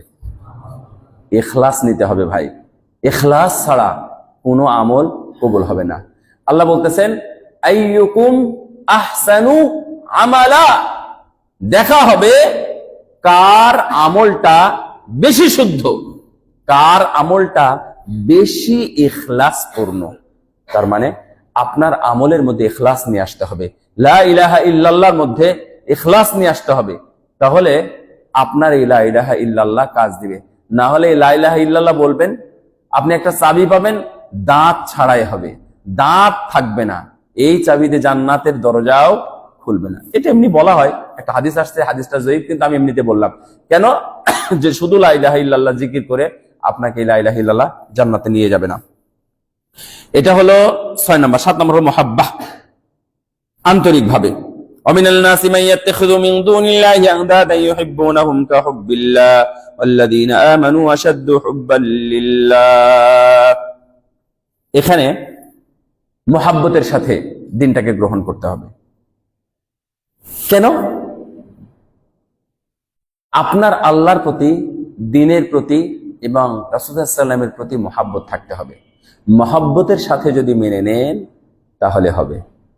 খাবার নাই, আল্লাহর নবী বলছেন যুদ্ধে যাও। এই অধ্যায়টা কি কঠিন ছিল না? বুঝেন নাই কথা। বাড়িতে খাবার নাই, ফসল পেকে গেছে, বাড়িতে উঠাতে হবে, আর রাসূল সাল্লাল্লাহু আলাইহি ওয়াসাল্লাম বলছেন যে এগুলো ফেলে দাও, এগুলো রাখো, আগে যুদ্ধের ময়দানে চলো। তো যদি আপনার দ্বীনের প্রতি, ইসলামের প্রতি, রাসূলের প্রতি, আল্লাহর প্রতি যদি আপনার মহাব্বত পরিপূর্ণ না থাকে, তাহলে আপনি কি যেতে পারবেন? তাহলে আপনার ভেতর থেকে নেফাকি প্রকাশ পাবে। আপনি দূরে যা বলবেন, ধুর তোরে, এখন এইসব কাজ লাগাইছে, আমার এই করতে হবে, আমার ধান ভাঙাতে হবে, আমাকে পানি দিতে হবে, আমার এই কাজ করতে হবে, অফিসে হাজিরা দিতে হবে, আর এইসব কাজ আজাড়ায় আমাকে এই সমস্ত কাজ করতে লাগাইছে। আপনার মা একটা হুকুম করলো যে জিনিসটা দিয়ে যেত বাবা, তো তখন আপনি বলতেছেন যে না না, আমার এখন অফিস আছে, আমাকে অফিসে হাজিরা দিতে হবে। মানে আপনার ওইটা বড় হয়ে গেল, মা বাবার প্রতি আপনার মহাব্বতটা আউট হয়ে গেল না। এজন্যই আপনারা মহাব্বতের সাথে লা ইলাহা ইল্লাল্লাহ পড়বেন। বলতে পারবেন একবার? লা ইলাহা ইল্লাল্লাহ। কালেমা শাহাদাত, এই অধ্যায়ে আমার আলোচনা শেষ হবে। 7টা হলো, কি কি হলো বলেন তো? ইলম মানে জানা। এখানে জানার বিষয়ে লম্বা কথা আছে, কিন্তু আমি কিন্তু বলি না এটা।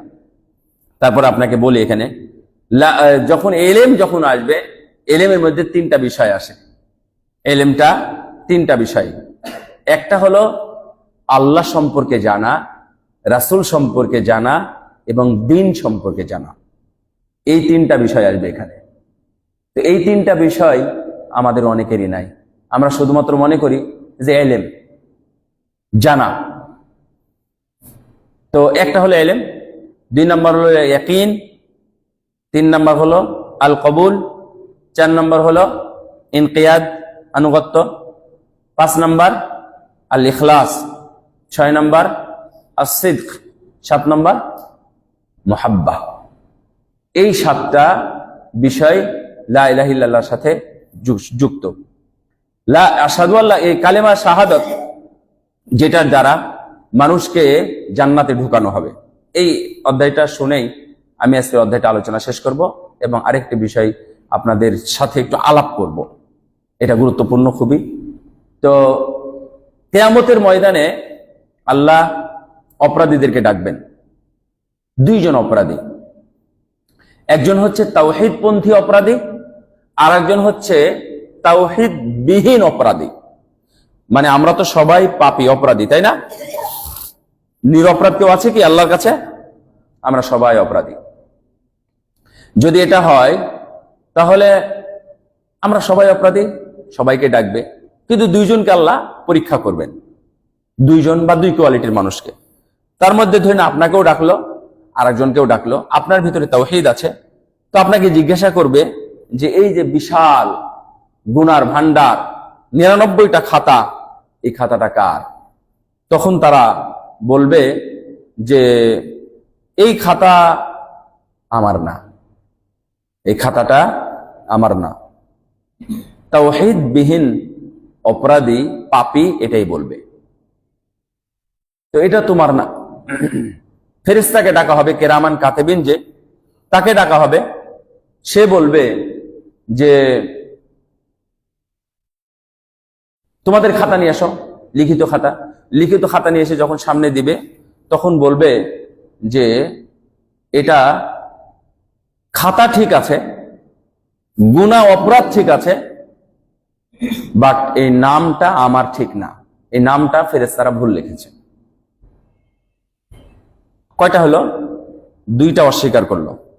3 নম্বর অস্বীকার করবে যেটা, যে তাদের মুখ বন্ধ করে দিবে, কথা বলতে দিবে না, হাত পা তার বিরুদ্ধে সাক্ষী দিবে। তার মানে ওখানে যা লেখা আছে ওর পক্ষে সব কথা বলবে, লেখার পক্ষে কথা বলবে, ব্যক্তির বিপক্ষে।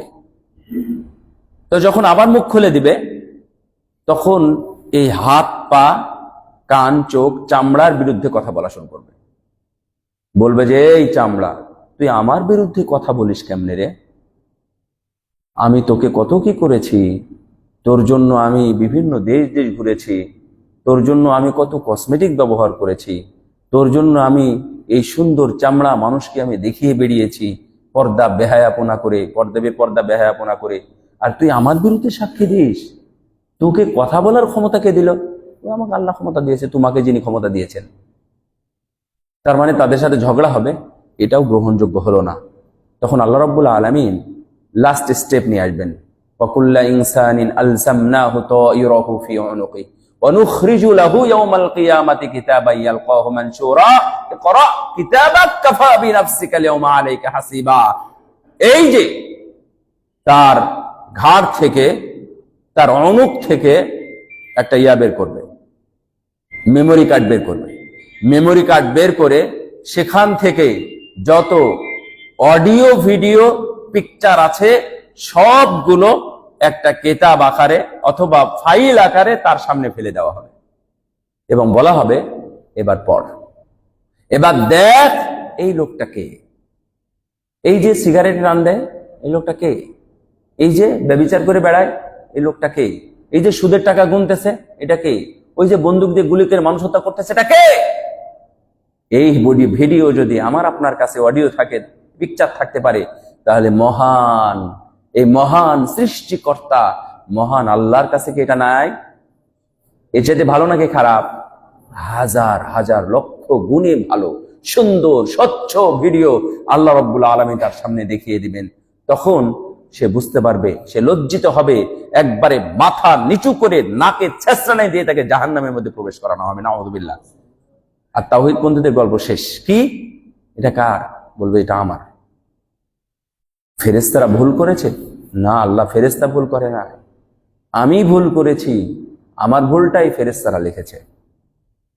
আল্লাহ রাব্বুল আলামিন তখন একটা ছোট্ট চিরকুট দিয়ে বলবেন, যাও এটা তুমি মিজানের নেকির পাল্লায় রেখে দাও। আল্লাহ, আমি মিজানের পাল্লায় এতটুকু কাগজ, এতটুকু চিরকুট রেখে কি করবো? বেতাকা বলা হয় হাদিসে, বেতাকা, এর নাম হচ্ছে হাদিসুল বেতাকা। তো এটা আমি কি করব? আল্লাহ রাব্বুল আলামিন বলবেন, দেখো কি লেখা আছে। লেখা আছে আশহাদু আল্লা ইলাহা, বলেন তো আপনারা, আশহাদু আল্লা ইলাহা ইল্লাল্লাহ ওয়া আশহাদু আন্না মুহাম্মাদান আবদুহু ওয়া রাসূলুহু। মহব্বতের সাথে পড়বেন এই ছোট্ট লেখাটাই কিয়ামতের দিন আপনার মিজানের পাল্লা ভারী করে দিবে। সুবহানাল্লাহ। রাসূলুল্লাহ সাল্লাল্লাহু আলাইহি ওয়াসাল্লাম বলছেন এটা রাখার সঙ্গে সঙ্গে তার পাল্লা ভারী হয়ে যাবে। তাহলে অপরাধ করলেও তাওহীদপন্থীদের অপরাধটাও সেই দিন আল্লাহ ঢেকে দিবেন। কি দ্বারা? কালেমা শাহাদাত দ্বারা, এই কালেমা তাওহীদ দ্বারা ঢেকে দিবেন। এই জন্যই আপনারা বেশি বেশি করে এগুলো পড়বেন। আশহাদু আল্লা ইলাহা ইল্লাল্লাহ, এটা, তারপরে লা ইলাহা ইল্লাল্লাহ ওয়াহদাহু লা শারীকা লাহু, সুবহানাল্লাহ, আলহামদুলিল্লাহ, ওয়া লা ইলাহা ইল্লাল্লাহ, আল্লাহু আকবার। এই কালেমাগুলো আপনারা সবসময় বেশি বেশি করে পড়ার চেষ্টা করবেন, ইনশাআল্লাহ নাজাতের জন্য কোনো সমস্যা হবে না। তো লা ইলাহা ইল্লাল্লাহ যে শর্তগুলো আপনারা যদি পড়েন তাহলে আরো ভালো হবে। আরো কোনো বক্তার কাছে, আরো কোনো আলোচকদের কাছে আপনারা এই আলোচনাগুলো শুনবেন, তাহলে আরো পরিষ্কার হবে ইনশাআল্লাহ। একদিনে শুনে হবে না, বুঝতে পারছেন? তাওহীদে যে এত মজা, আপনি যদি আলোচনা শুনতে থাকেন, পড়তে থাকেন, আমাদের মতন আরো অনেক ভালো ভালো আলোচক আছে তাওহীদের উপর সুন্দর আলোচনা করে, ওনাদের আলোচনা শুনবেন, দেখবেন আরো মজা লাগতেছে। এটা আসলে মজার সাবজেক্ট না, এটা ভুল কথা। আমি নিজে এটা মজা পেতাম না, কিন্তু আমার বড় ভাই ডক্টর মুজাফফর বিন মুহসিন, ওনার আকীদার আলোচনাটা আমি বেস্ট মনে করি, আরো অনেকে কম বেশি আছে, কিন্তু আমার কাছে খুবই ভালো লাগে, বিশেষ করে বড় ভাইয়ের আলোচনা, মানে তাওহীদের উপরে আলোচনা, যেটা আমার কাছে খুব পছন্দ। এবং বড় ভাইয়ের আলোচনাটা যখন ওই মদিনা বিশ্ববিদ্যালয়ে যখন করা হয়, তো আমাকে অনেকে জিজ্ঞাসা করেছেন, আচ্ছা ডক্টর মুজাফফর বিন মুহসিন, উনি আপনার ভাই, তো উনি এই দেশে কোন বিশ্ববিদ্যালয়ে পড়াশোনা করেছেন? তা বললাম যে না, মদিনায় পড়াশোনা করেননি বা সৌদি আরব পড়াশোনা করেননি, এখন উনি মদিনাতে আসেইনি। তো বলছে যে না, আকীদার আলোচনা তো বাংলাদেশে যারা ওই দেশের পড়ার মানুষ, তাদের মধ্যে তো আকীদার আলোচনা শোনা যায় না, কিন্তু উনি তো আকীদার আলোচনা সুন্দর করেন। আমি ওনার মানে বড় ভাইয়ের আলোচনায় আকীদার আলোচনা পড়ে বা শুনে আমি খুব বেশি মজা পাই, আসলে মজা পাই। আপনারা চাইলে শুনতে পারেন। তো আকীদার আলোচনা শুনলে অবশ্যই মজা পাবেন। কেন জানেন? আকীদা মানেই হচ্ছে, যার আকীদা ভালো, আমল, আপনারা শুনলেন না, ওর আমল যেমনই হোক, যতটুকুই হোক না কেন, আল্লাহ তাকে জান্নাতে প্রবেশ করানোর দায়িত্ব নিয়ে নেবেন। সুবহানাল্লাহ। এটা হলো আকীদা। একজন সাহাবী ইসলাম গ্রহণ করেছে, মাত্র একজন সাহাবী ইসলাম গ্রহণ করেছে, মারা গেছে, নামাজ কালাম কিছুই পড়েনি। আবু হুরায়রা বলছেন, ওয়ালাম ইউসাল্লি লিল্লাহি কত্তু, আপনি জান্নাতে বললেন ইয়া রাসূলুল্লাহ? ও তো নামাজকে দূরের কথা, একটা সেজদাও তো দেয়নি আল্লাহর দরবারে। আল্লাহ নবী বললেন, আমিলা কলিলা উজিরা বিহি কাসীরা। আর এটাই তো মূল জিনিস, ও কাজটা ছোট করলেও এর পুরস্কারটা আল্লাহ অনেক বড়, মানে সবচেয়ে বড় পুরস্কার কি? জান্নাত না?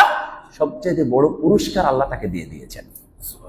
এটা হলো আকীদা, এটা হলো তাওহীদ। আমলের বস্তা নিয়ে চলে যাবেন।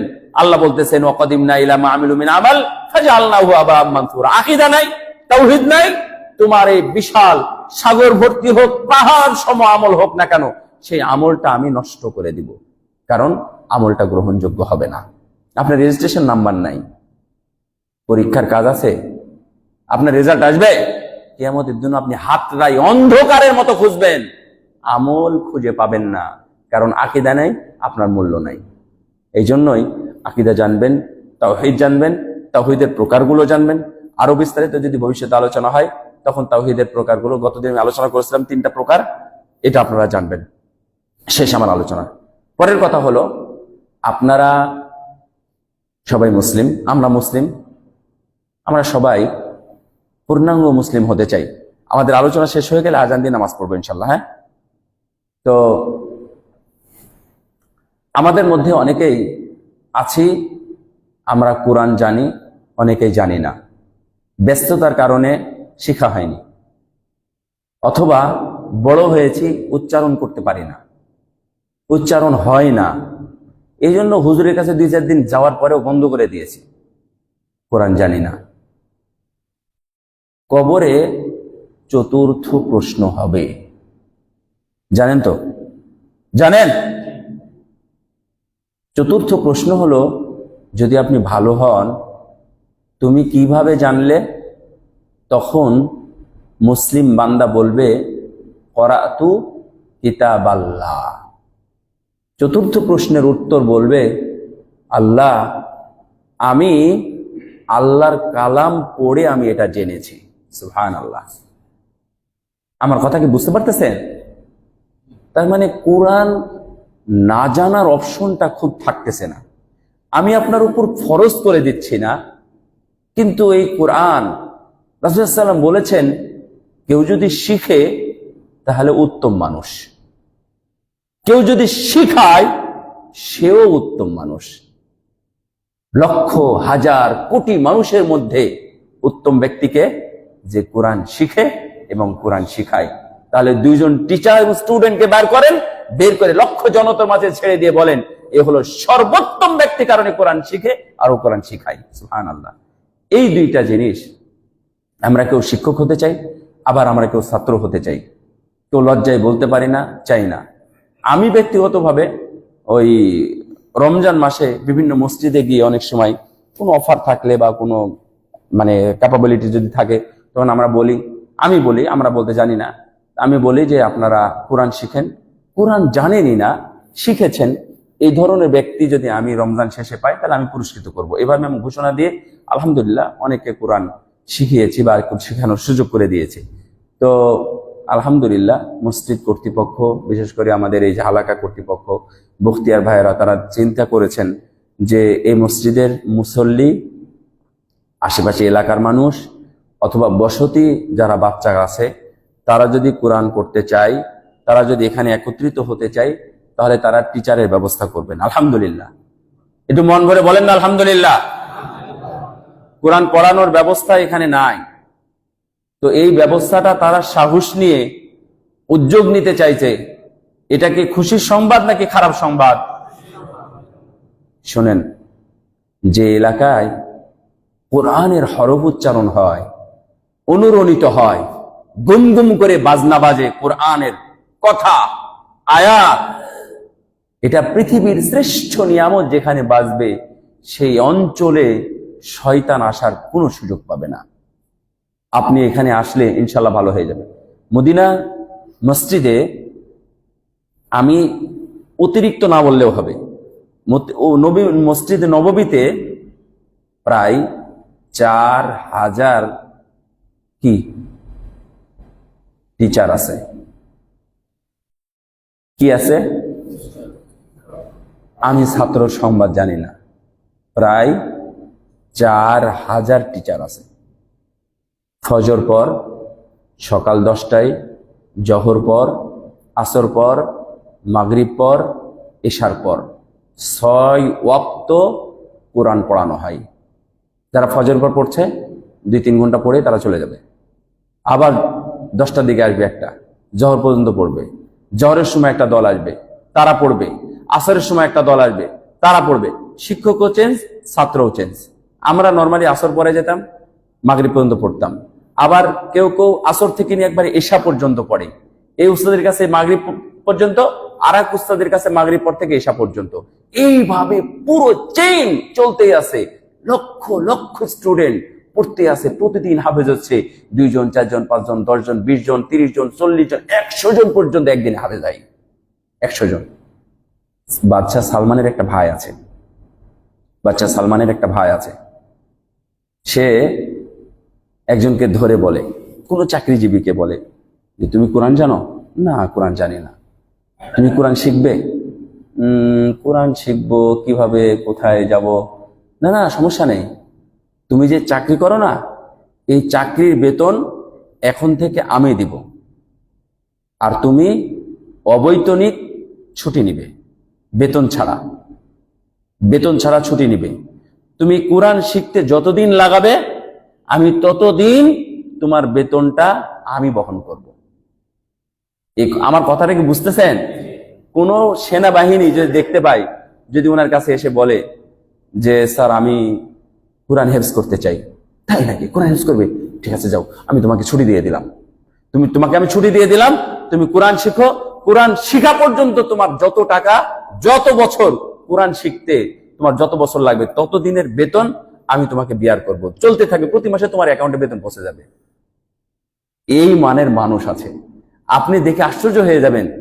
পুরো সৌদি আরবে কোরআন শেখানো হয়। আমিও আপনাদেরকে অনুরোধ করব, কোরআনের সাথে সম্পৃক্ত হন। কয়েক কোয়ালিটি আছে। এক, কোরআন কিছুই জানেন না, আলিফ বা তাসাও পড়া হয়নি। আপনারা যদি কোরআন না জেনে থাকেন তাহলে আপনার জন্য তো বেশি সুসংবাদ।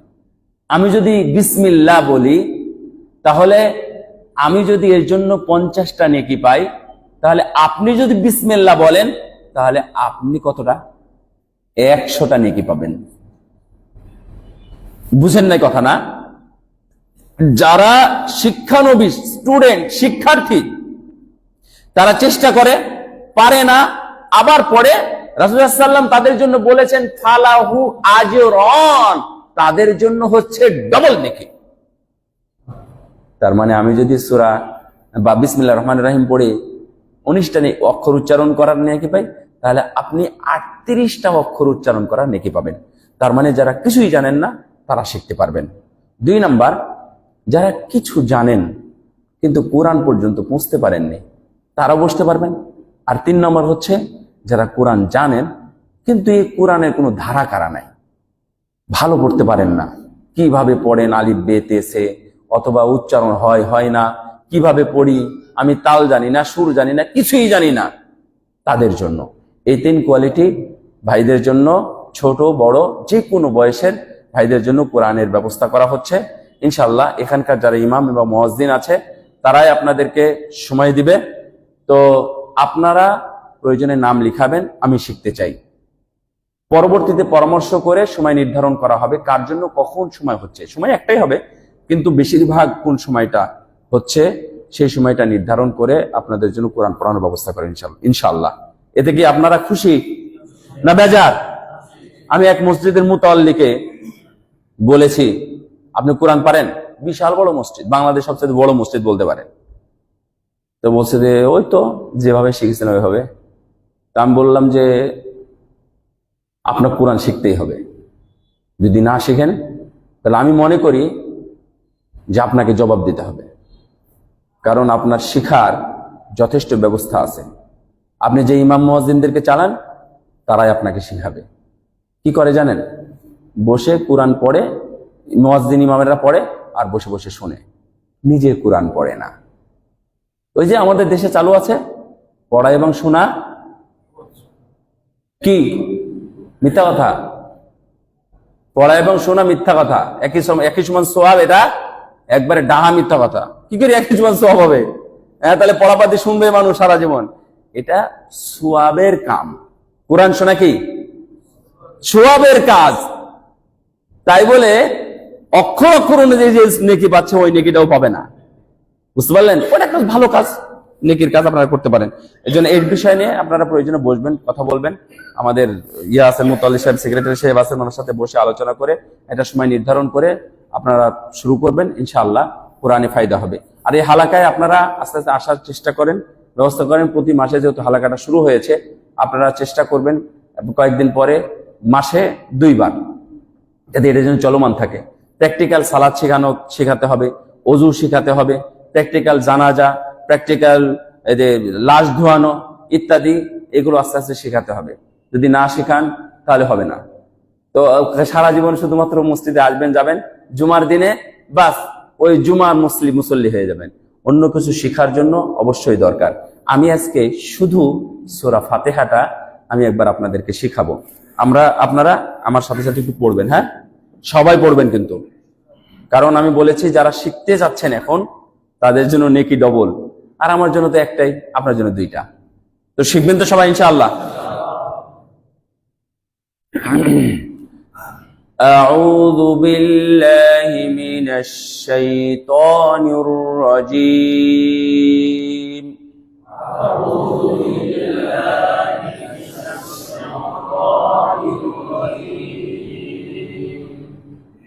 بسم الله الرحمن الرحيم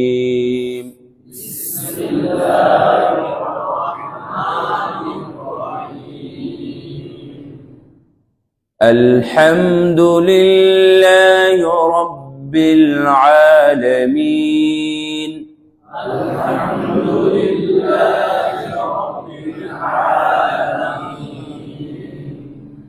الرحمن الرحيم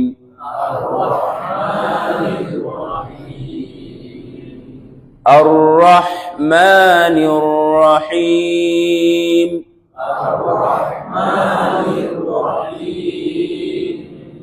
مالك يوم الدين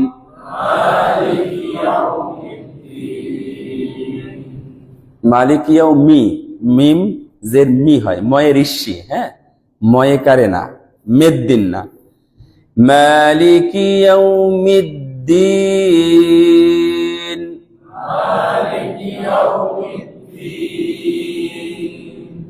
ইয়্যাকা না'বুদু وإياك نستعين إياك نعبد وإياك نستعين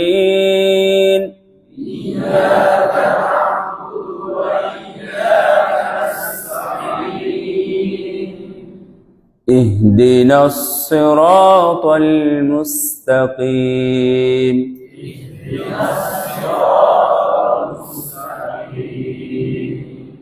ইহি না বলে ইহ দি ঠিক আছে ইহদিনাস সিরাতাল মুস্তাকিম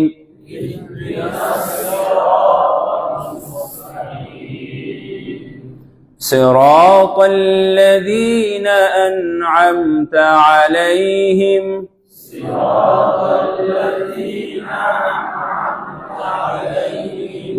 প্রথমটা হচ্ছে আন তারপরে আইন মিম জবর আম আন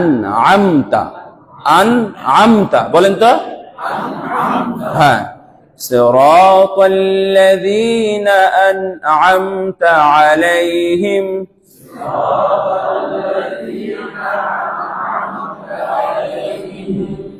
غير المغضوب عليهم ولا الضالين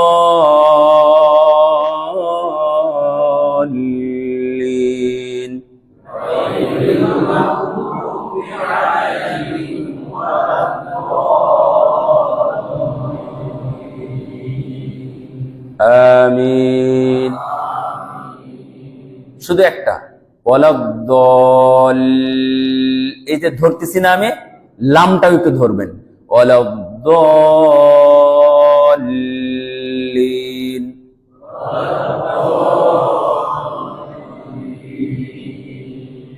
سبحانك اللهم وبحمدك أشهد أن لا إله إلا أنت أستغفرك وأتوب إليك السلام عليكم ورحمة الله وبركاته